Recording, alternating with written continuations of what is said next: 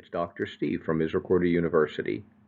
In this video, let's consider how to use Visual Basic for Applications, VBA, to create embedded formative assessment in education for teachers.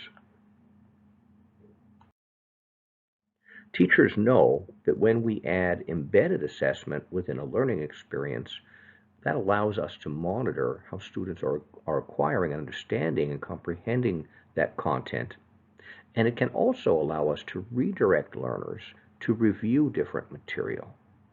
And in the coding world, we call that branching.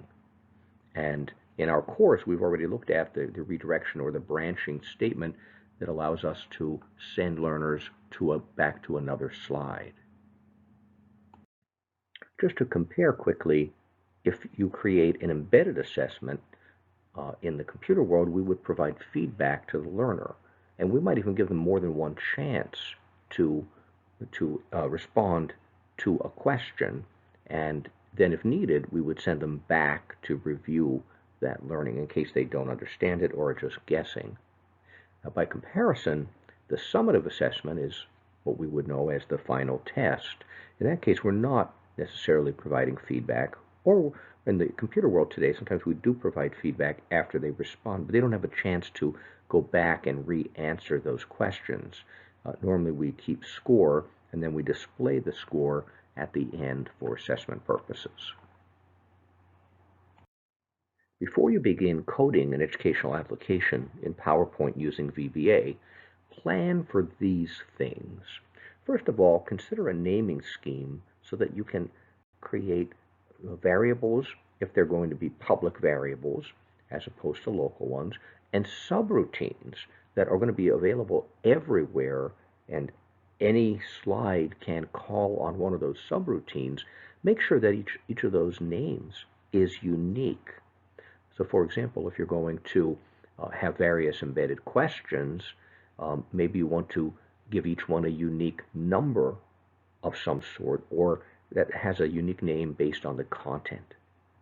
Consider how you're going to give constructive feedback in formative assessment so learners can learn from it. Think about whether it's appropriate or not to have multiple tries on on each particular item. If you have multiple tries, maybe you would want to branch the learner back into the content again if they're just not getting it after, let's say, 2 tries. Also think about efficiency of coding. See which coding you can reuse by just making a name change and possibly changing other small parts within it so that you're more efficient and you don't have to code everything from scratch throughout the application. For our first coding challenge, let's present an item and give 3 possible responses, and only one of which will be correct. And then we're going to create a message box to provide helpful feedback to the learner. And notice here I'm using the action buttons that are provided in PowerPoint as the button that I'm going to assign the coding to.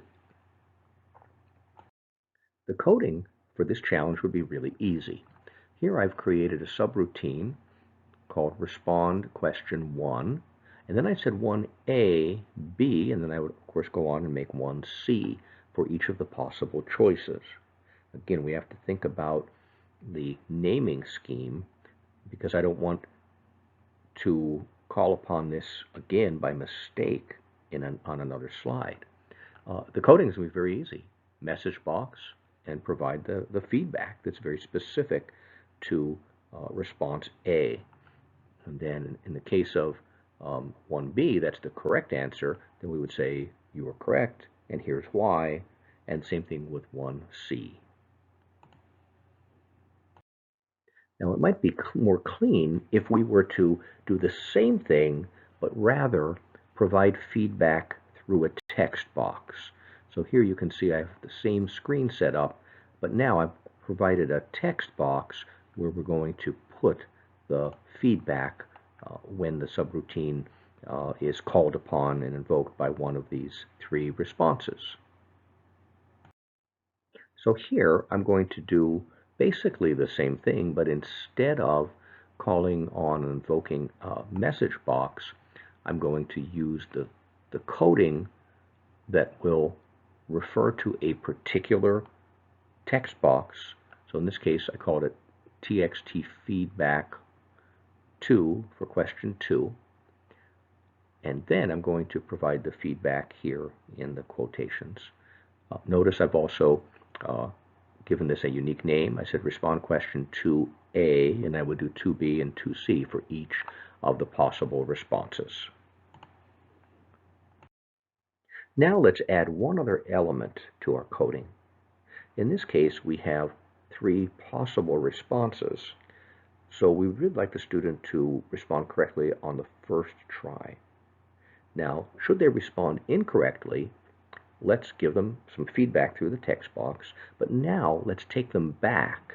In other words, let's branch them to another slide and take them back through that training one more time. To do this, we're basically going to use elements we've already used and just put them together. First of all, notice that I am calling this respond question 3A, and I would do 3B and 3C as needed to keep the unique naming scheme. So at first, I'm going to provide some feedback to the student, and then I'm going to branch them to another slide. Now let's draw a distinction between two different types of variables. And when we were in Scratch, we found that we also had local and public variables. A local variable is what in VBA we've been doing all along. It's a variable that is declared within the subroutine. In other words, when you press the button, the first statement is a dim statement, and it creates the variable. That variable, so to speak, only lives as long as that button is running. So it's a private variable, it's local, it's only available within one subroutine. Now a public variable is really different. First of all, you declare it, you put your dim statement at the very top of the module. So the very first statement coming in the module is going to be a dim statement, and this dim statement will not occur in the individual buttons, in those subroutines for buttons. And the public variable is always available, and it will exist from slide 1 through the very end. Now, by considering this, you can figure that if you were going to do a counter variable, like let's say we wanted to see how many times did a student answer correctly or incorrectly, or if we're keeping score on something, you simply keep adding that and keep adding it to that variable, that public variable, because that public variable will be alive during the entire presentation.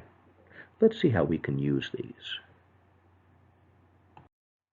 For this next coding challenge, let's do the same thing that we did, but let's use a variable this time, and let's reuse coding. Let's make it more efficient by calling on a generic subroutine to process the same thing that we've been doing, and then let's use a variable to provide the unique pieces. Let's see what that means.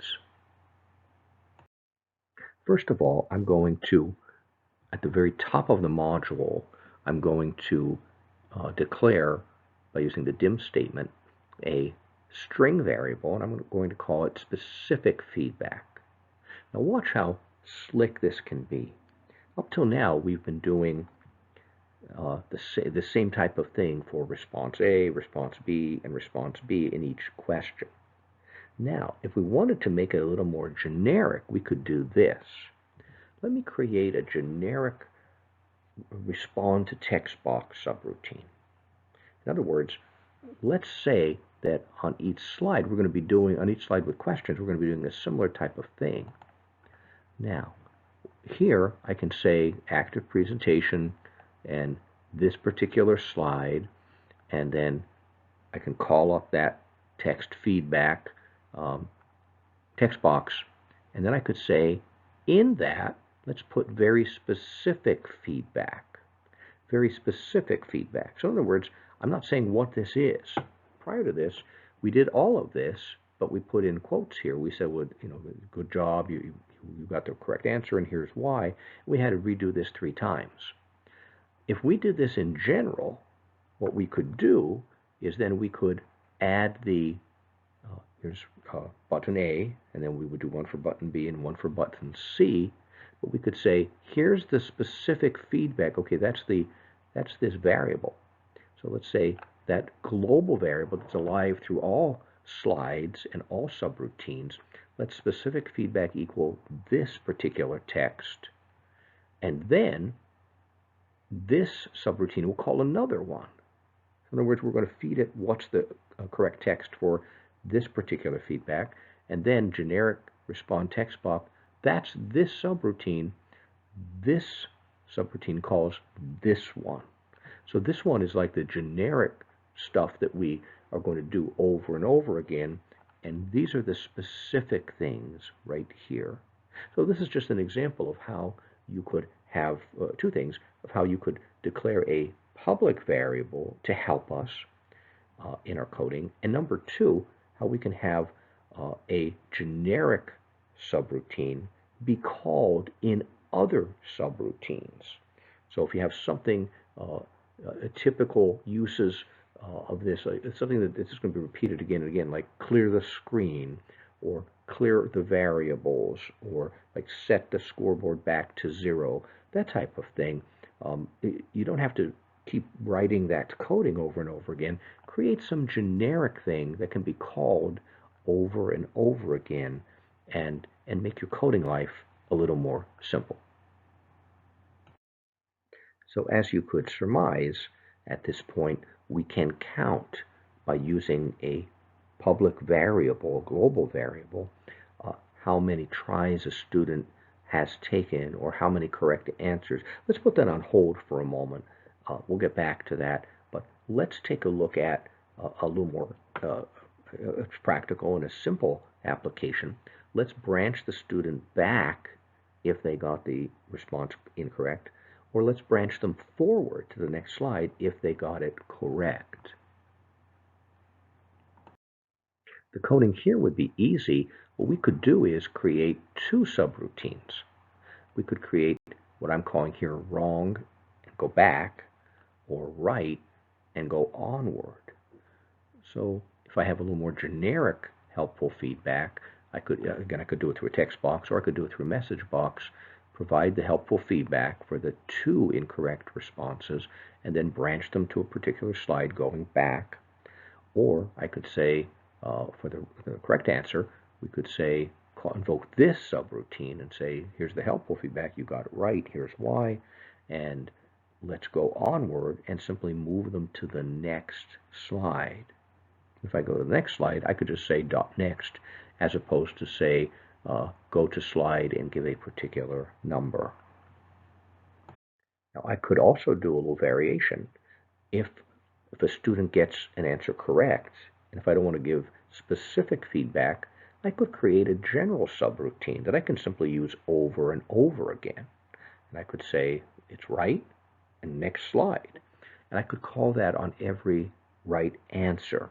And in that case, I could do either a text box or a message box and say, you've got it correct, and just leave it at that, and then simply branch them to the next slide. Again, efficiency of coding. You don't have to code every right answer button. You could code it once and reuse it.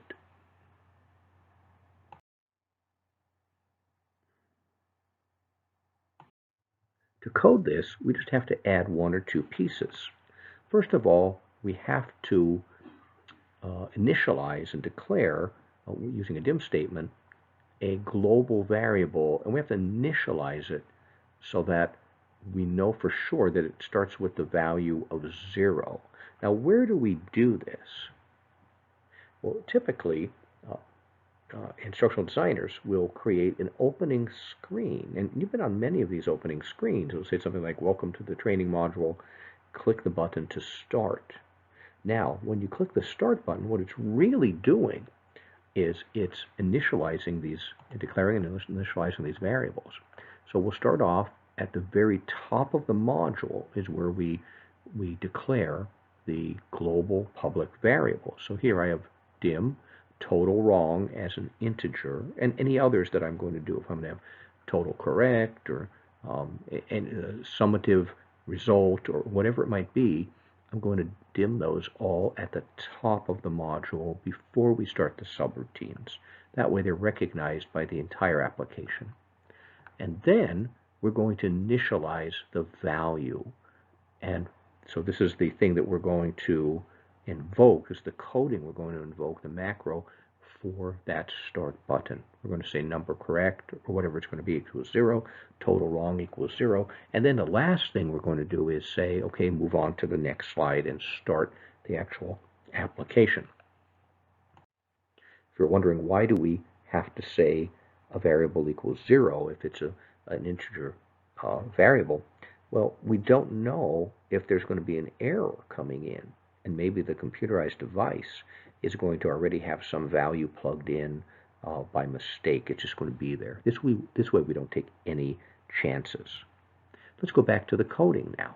When we look at the coding, so these pieces up here, we're going to have them on that on the first slide. Now we're going to have an incorrect response. Let's just count them up. So message box, let's say that it's incorrect. And then now let's refer to this variable, total wrong, and we can say total wrong equals whatever total wrong has right now, because keep in mind it's public, it's global, it keeps living, so whatever value it has, we'll respect it, plus 1. So the first time you invoke this, person selects an incorrect answer, it'll be 0 plus 1, it'll be 1. The next time, it'll already, total wrong will have 1, it'll be 1 plus 1, it'll now equal 2. Then we could utilize an if-then statement. So I could say if total wrong is greater than 1, then go to a previous slide. In other words, repeat the concept again. If not, then that's not an issue.